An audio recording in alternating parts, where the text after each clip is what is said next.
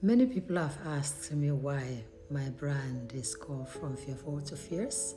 They said it was an unusual name, very catchy, interesting, and they wanted to know how I came about it. Actually, one person said to me, nothing comes from nothing. A name like that must have an origin, a very emotional origin. And I smiled and said, yes, it does have a very emotional origin. I called myself From Fearful to Fierce because at one time in my life when I was growing up, my life was full of fears. I was fostered by my maternal uncle, who was a brainiac. And what you could say in this is, I think my uncle was autistic. Yes, it was on the spectrum. He was a very quiet person, really, really, really, really brilliant. And he wanted to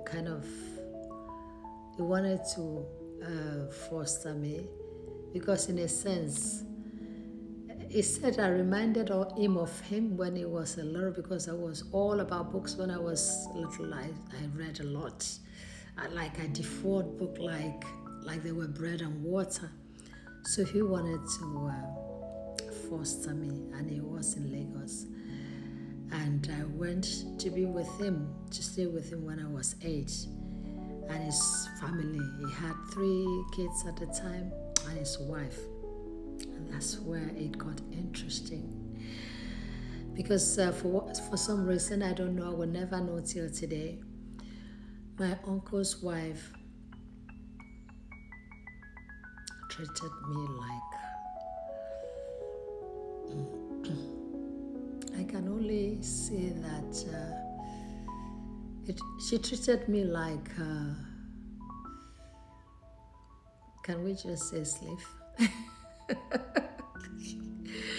I'm sure some people will probably think I'm being melodramatic, but I am not one bit. If I was not asked to speak, I could not speak, and if I did, I was hit. And if I spoke longer than I was permitted, I was hit. And I could only say yes or no. If I tried to explain anything, why I did whatever I thought I was it, I was told that I was being insubordinate. I was hit. If I stood in one corner, I was told that I was lazy, and I was hit. And if I spoke or was maybe rustling about, I was told that I was disturbing. I was hit.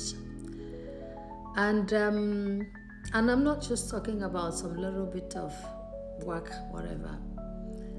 I was actually hit. I was punched. I was smacked. I was slapped.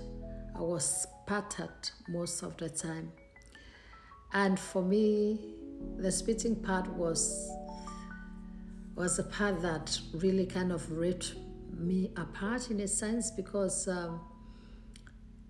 spitting at someone, you had to consider someone so less than human, like less than nothing actually, for you to spit at them. And so the one thing that I swore when I left my uncle's home, eventually at the age about 15, was that no one would ever make me that afraid again. It took me a long time to overcome those fears. In fact, at some point in my life, I used to look under bed, look all over everywhere before I went to bed, because I always felt that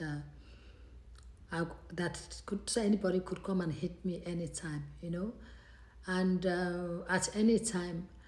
And even waking someone up in the morning, waking up a child in the morning to go and do whatever chores, I was always kicked and and smacked and slapped and dragged. Yeah, just getting a child to get up in the morning was accompanied by a slap. I never had friends. I grew up until 15. I was never allowed to bring friends like regular kids make friends. I never had anyone to bring home and call friends. And so I went through this basically alone. And that's why reading was such a huge part of my life. Books. And so these days people think, I've met people say, you talk a lot, Sarah. Well, you have not heard anything yet, because I made up my mind when I left my uncles. Not just when I left, when I began to heal, I made up my mind that no one is ever again going to silence me. And so my journey from the fearful child to the adult that I then became is the reason for my brand, From Fearful to Fierce. You'll hear a lot more about that as time goes on. Just follow my brand.